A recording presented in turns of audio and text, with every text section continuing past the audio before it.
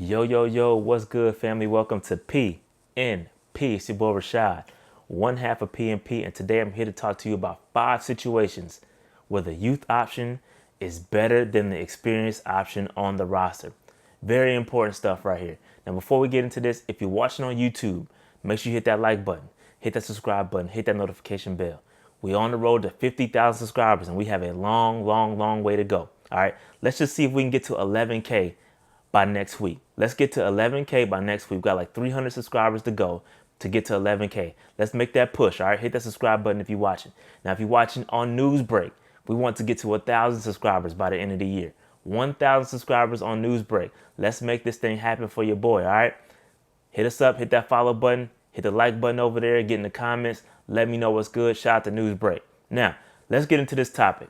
As of right now, the Panthers have one of the youngest rosters in the NFL. And I think that's very important. When you have a guy that came from college, you have to get some impressionable minds, meaning guys that you can mold on your roster. Sometimes when you have these older guys on the roster, they're set in their ways. They don't quite like to adjust. They're chasing championships. You can't get them to quote unquote buy in to your culture. So it's very important that you get young guys. So I love what Matt Rule, Scott Fitter and company are doing with the roster. Get the young guys and allow them to play. This is a completely different scenario that we had under Ron Rivera. Ron Rivera loved his veterans.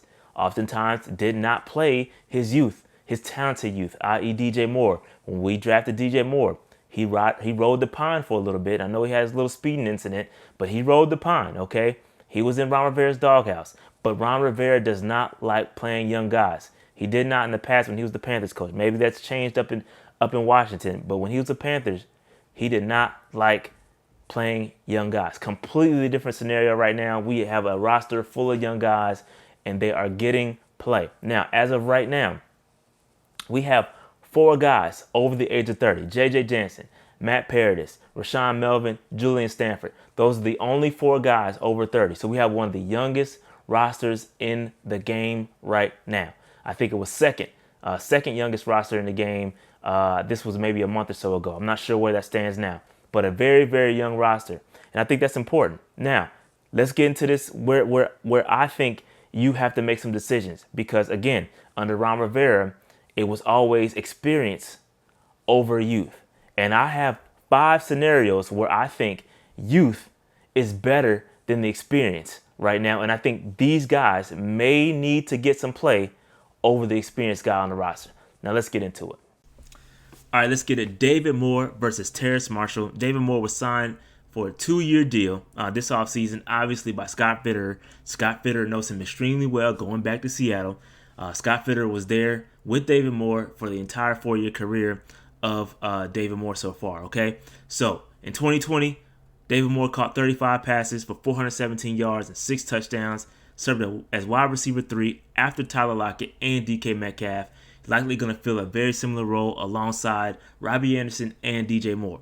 All right. One thing about David Moore over his career, he's been really inconsistent. He'll put together a few games and he'll disappear for a few games. However, interesting stat here, 5 of his 13 career touchdown receptions went for at least 30 yards, including 2 scoring grabs of at least 55 yards in 2020. Very impressive stat there. Dude can stretch the field. He knows how to get open deep. And I think that's what they're looking for. They were looking for that Curtis Samuel replacement. And they went out in free agency and got him. However, they were also able to land a complete steal in Terrace Marshall.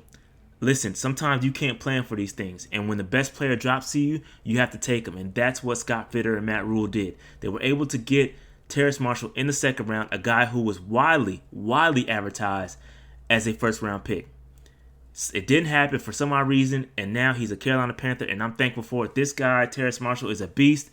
Dealt with some injury issues at LSU, opted out at the end of the year in 2020, but he found himself playing alongside Jamar Chase and Justin Jefferson. He was wide receiver 3 on the national championship team, and he knows the system. He knows Joe Brady's system. It should not take him very long to pick things up. However, the same time with Terrace Marshall, they've been taking it really slow with him. Okay, we haven't seen much of him at all this offseason. Okay, we've seen him run a couple routes at rookie training camp, a rookie mini camp, but after that, we just haven't seen him. So come training camp, all eyes will be on Terrace Marshall. Will he be out there?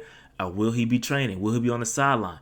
And I think it's important that Terrace Marshall get out there early because I think he's the future. And we have to figure out what we have in Terrace Marshall because guess what? Robbie Anderson may not be a part of the team next year. David Moore may not be a part of the team next year. So we need Terrace Marshall to be the future wide receiver too. That's why it's important that Terrace Marshall get on the field. And I think he should out-snap David Moore at wide receiver 3. Now, one can also bring up a guy like Brandon Zylstra because I think I'm not saying that David Moore is going to get cut. That's not what I'm saying at all. But what I'm saying is that Terrace Marshall needs to be the guy over David Moore. And one can make an argument that maybe Brandon Zylstra should get cut and both of those guys are kept and maybe Rashad Smith is kept.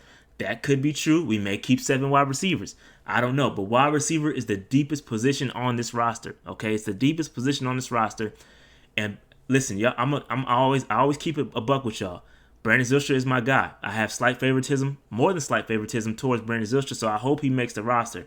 But I could also do a Brandon Zylstra versus Rashad Smith too. It won't be in this video, but I could make that argument that Rashad Smith could make the roster over a Brandon Zylstra. I won't do that here, but keep an eye on that. Keep an eye on that. But at the end of the day, bottom line is this. Terrace Marshall needs to outsnap David Moore, and I'm not saying that it should happen immediately.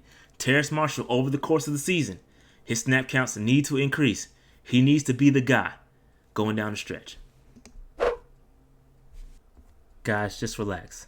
No, that is not Tahir Whitehead. That is Denzel Perryman. We have a new 52 in the building, so just clear your minds. The old 52 is gone. We have a new 52. Shout out to Denzel Perryman, who was brought in on a 2-year deal from the Chargers. And we have Jermain Carter bringing up the youth side of things, okay? Experience versus youth. This is an interesting battle because Denzel Perryman is a guy that is a really, really good run defender. And what did we miss last year? A really good run defender from a linebacker perspective. 52, the other 52 was awful. Terrible gaps, terrible angles, just a really, really bad linebacker from a run perspective. Denzel Perryman, on the other hand, is one of the better run defending linebackers in the league. He's really good. He thumps. He's a hitter. A bit on the smaller side, but the guy is an absolute missile when it comes to run defending. And I love what he brings to the table. He's a physical linebacker, and I love it. On the other side, you got Jermain Carter. Jermain Carter is a guy that is on the final year of his rookie contract. He's looking to prove something. And he had a nice little opportunity last year. The back half of the season, this man was playing very well. He's playing very, very good football. And case in point, go back and look at that Detroit game. That Detroit game, this dude was on fire. It was the highest graded game from PFF perspective. Go back and look at the Denver game. The Denver game, he was on fire. He played really, really well when given opportunity last year. Now we went out and we signed some guys, and I don't know if he's going to be given that opportunity to play at middle linebacker because that's where he is best. He is best at middle linebacker. You got Shaq Thompson, you got Denzel Perryman. I just don't know where Jermain Carter is going to fit. But I hope he gets an opportunity because he played really well after waiting. He played behind Luke. He played behind Tahir Whitehead. He's just been waiting for his opportunity. And I feel like Jermain Carter is going to be really good if given the opportunity. I don't know that he's going to beat out Denzel Perryman. But I think if Perryman goes down, because Perryman has a really, really extensive injury history. And if something goes down, I feel really, really comfortable with Jermain Carter coming in. Again, I love this battle right here. It's gonna be all eyes when it comes to training camp. All eyes are gonna be in this battle right here. Denzel Perryman or Jermain Carter. At the end of the day, I think Jermain Carter, if not paid by us, he will get paid somewhere out in the open market next season when his deal is up. Okay, ladies and gentlemen, this time we have a tag team matchup here. Tag team matchup between Pat Elflein, who just came in on a 3-year deal. How he got that deal, I have no clue because his performance, other than his rookie year, has been very lackluster. He's been on 2 teams after being taken in the 3rd round. So I don't know how he got that deal, but he got a 3-year deal. And then you got John Miller, who is on a 1-year deal. Obviously played with the Panthers last year. They trying to build a little bit of continuity there, so I get that. Or we have David Moore, who was brought in as an undrafted free agent. How he went undrafted is beyond me. He should have been drafted. I've said this a million times.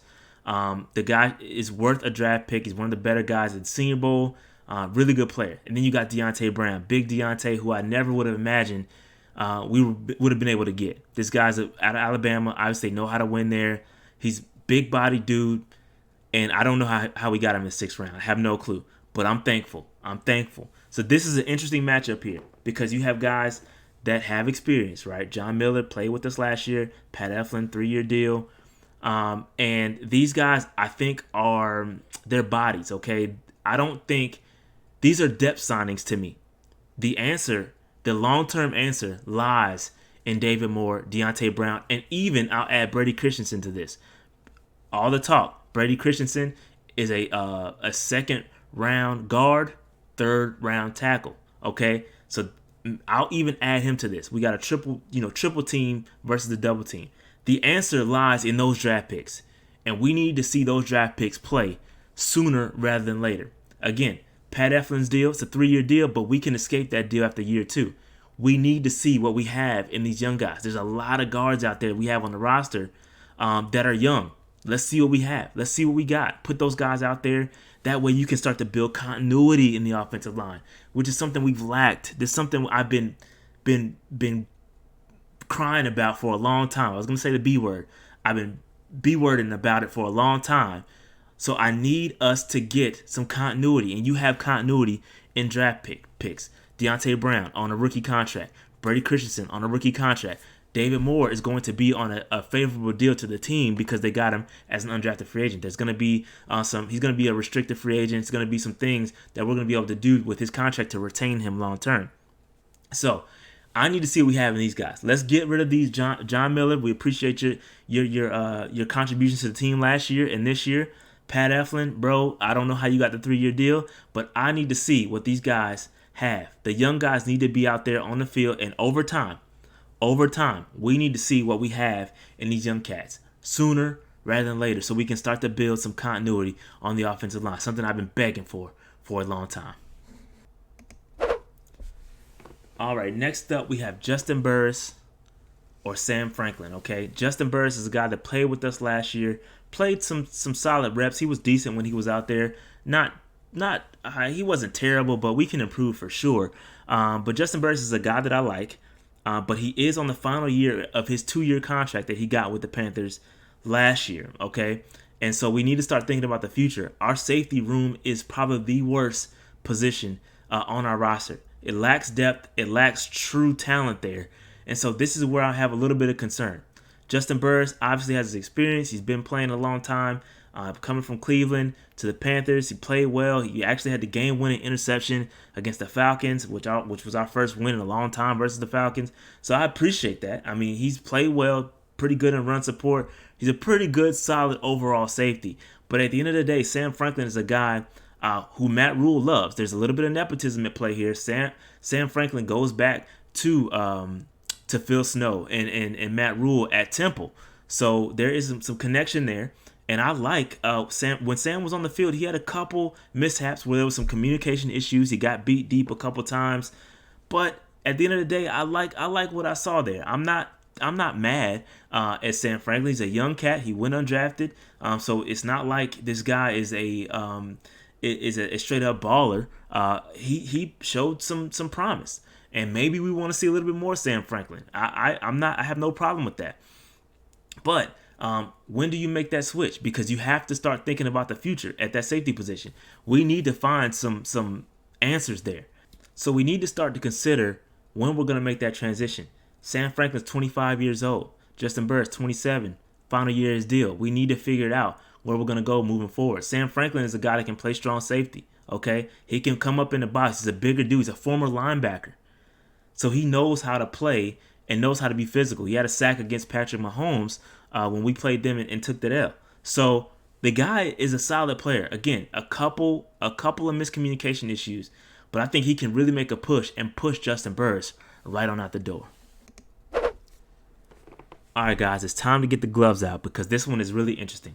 I got Ian Thomas, who is coming in on the final year of his rookie deal, versus a Tommy Tremble. Tommy Tremble is the guy we just drafted, now on a 4-year rookie contract. it gets really interesting because Ian Thomas, to me, picked a bad year to have a bad year last year. You really opened up the door to allow the Panthers to go out and draft a tight end. Not only did we draft a tight end, we also brought in Dan Arnold. We also brought in Stephon Sullivan, who knows Joe Brady's system. So we completely overhauled that room. Ian Thomas essentially is the last man standing, okay?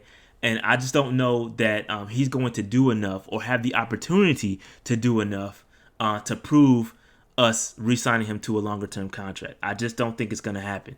I think Dan Arnold, and that's why Dan Arnold is not on this list, is because Dan Arnold is the receiving threat. He's the guy that's going to get the receiving targets, in my opinion. And then Tommy Tremble is the guy who is working on developing that receiving threat, but can also block. He can block out the backfield. He is our Alex Armour replacement. He's probably going to play some fullback. He's probably going to play some tight end in the blocking role, essentially replacing Chris Manhertz. So where does that leave Ian Thomas?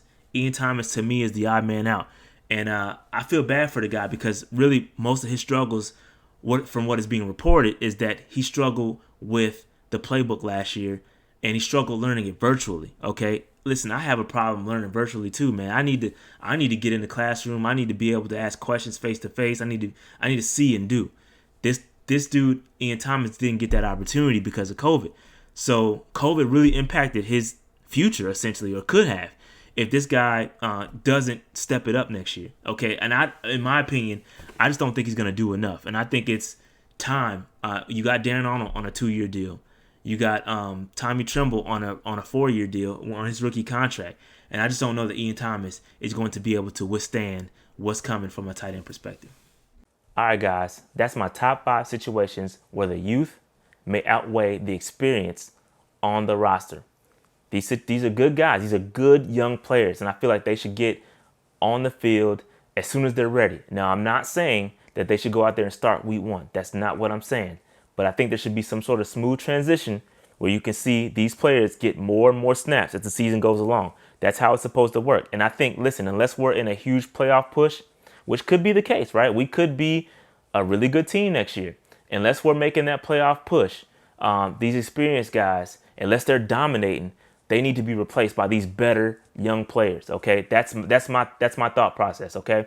Now, I do need to give a quick shout out to my Patreon members because that's where this discussion derived from. We have a show called P&P Confidential where it's limited to Patreon members only, where they have full access to Dave and I. It's a show you can ask us anything. We have specific topics that we discuss, specifically how some of these interviews come about. You know, the Morgan Fox interview, the legend interviews. We talk about the insider stories behind those because some of them are crazy. We talk about that and just give a little bit of inside knowledge on where the channel is going, some ideas we have. That's where the Patreon members get the full access to us. Now, I gotta admit, we're gonna have some things coming up where it's gonna be Patreon only stuff. Okay, so a lot of this training camp coverage that we have coming up is gonna be limited to Patreon members only. Okay, it's gonna be some really good stuff. So I encourage you to become a Patreon or patron. You can become a patron for as cheap as $3 a month. That ain't nothing. Okay, and if you want to become an MVP, you might have the opportunity to win something like this. Shout out to Antoine. He had the opportunity to win this. I've been a patron for a minute here, and he won this signed DJ Moore helmet, full-size replica helmet, alternative, super nice. And listen, man, this is worth at least $200. So your little $25 investment to become an MVP could be, you could get that back super quick. All right. So that being said, man, make sure you hit that like button, hit the subscribe button, become a patron, go to Newsbreak, support the channel in any way, shape, or form that you can. We much appreciate it. That being said, I'm out.